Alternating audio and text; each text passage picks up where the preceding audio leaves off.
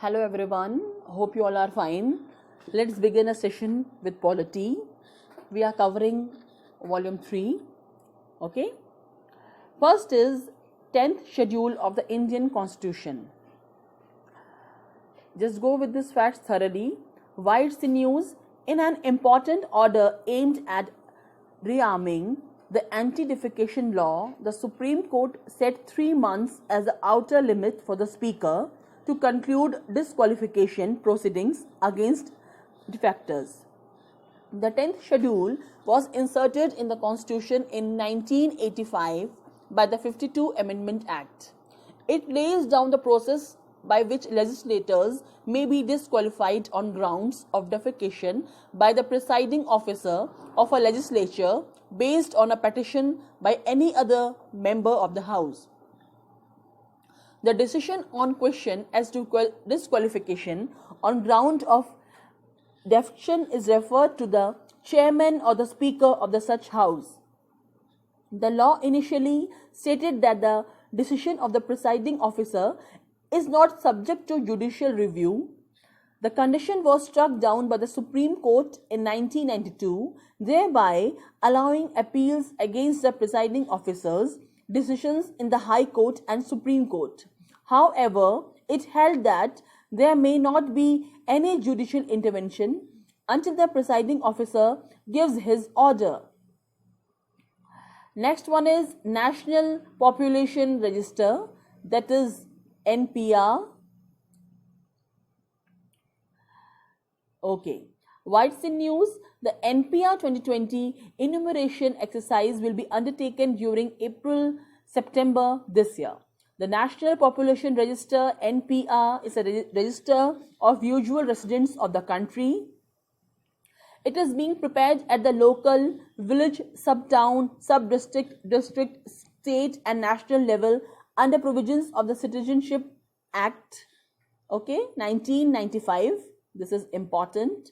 It is a mandatory for every usual resident of India to register in the NPR. As usual, resident is defined for the purposes of NPR as a person who has resided in a local area for the past 6 months or for more, or a person who intends to reside in that area for the next month or more. Next 6 months or more. Okay, right? The object of the NPR is to create a comprehensive identity database of every usual resident in the country.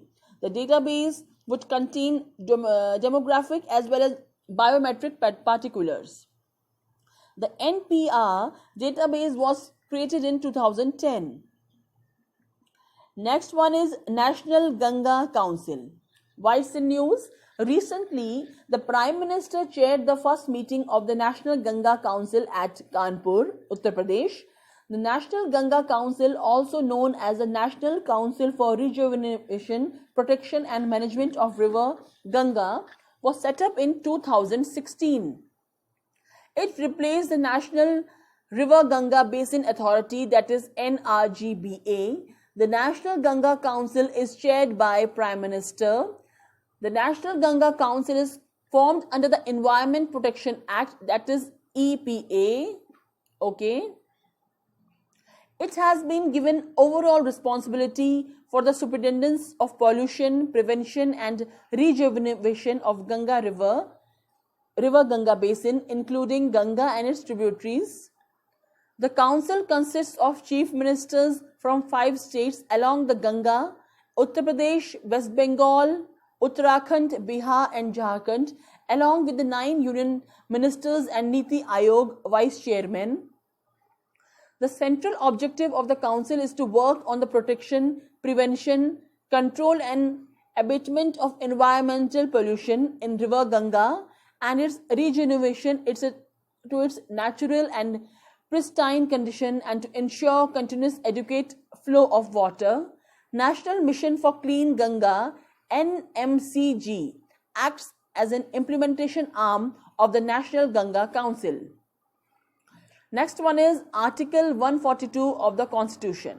Whites in news, a 9-judge bench of the Supreme Court has recently declared that superior courts enjoy untrammeled power to take up any cause to do complete justice. The Apex Court's judgment in 2018 allowed women of every age to enter and worship the Sabrimala temple. In February 2020, the Supreme Court decided to examine larger issues of religious freedom across multiple faiths in connection with the Sabrimala review.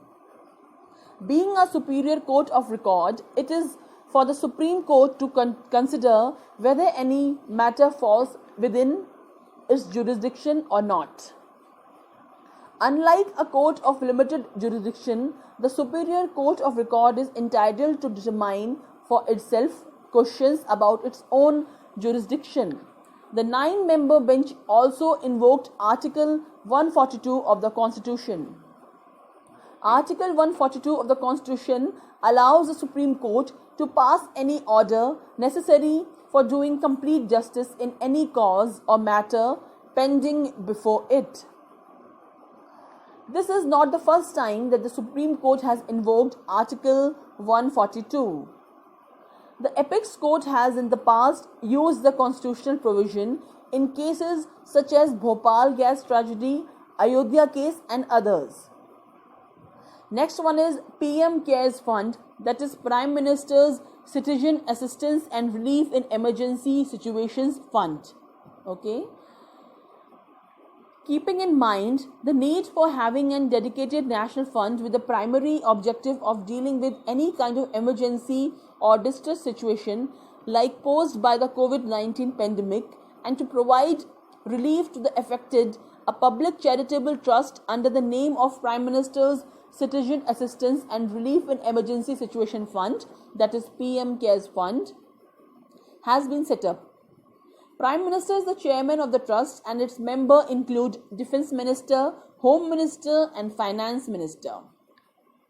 Donations to the fund will be exempted from income tax under Section 80G.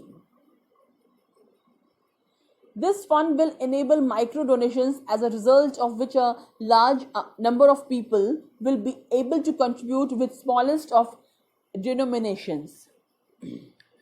Next one is Members of Parliament Local Area Development Scheme, that is MPLADS, MPLADS. Vice News, the Vice President of India and Rajya Sabha Chairman Shri M. Venkaiah Naidu has appealed to all members of Parliament to contribute at least 1 crore initially from their MPLADS fund to supplement the government's efforts in the fight against COVID-19 pandemic. The Members of Parliament Local Area Development Scheme is an ongoing central sector scheme which was launched in 1993-94. The scheme enables the Members of Parliament to recommend works for creation of durable community assets based on locally felt needs to be taken up in their constituencies in the area of national priorities, namely mainly drinking water, education, public health, sanitation, roads, etc.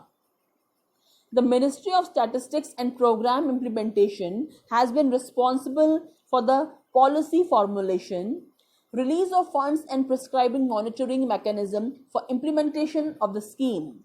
The MPLADS is a planned scheme fully funded by Government of India. The annual MPLADS fund entitled as per MP constituency of rupees 5 crore. MPs are to recommend every year works costing at least 15% of the MPLADS entitlement for the year for areas inhabited by scheduled caste population and 7.5% for areas inhabited by ST population. Lok Sabha members can recommend works within their constituencies. Elected members of Rajya Sabha can recommend works within the state of election with select exceptions. Okay. Nominated members of the both Rajya Sabha and Lok Sabha can recommend works anywhere in the country. So that's all for now session. Hope you like our videos. Share our videos with your friends. Stay home, stay safe. Thank you.